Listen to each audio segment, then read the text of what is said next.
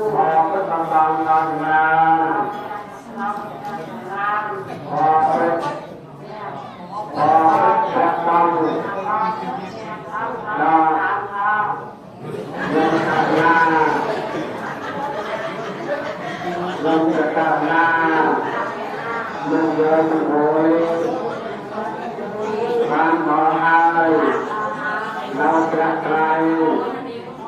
cho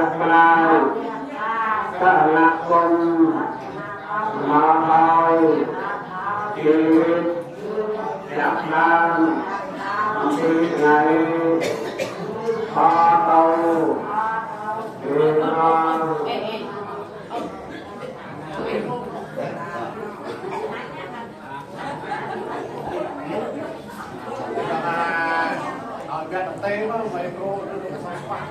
những video hấp dẫn.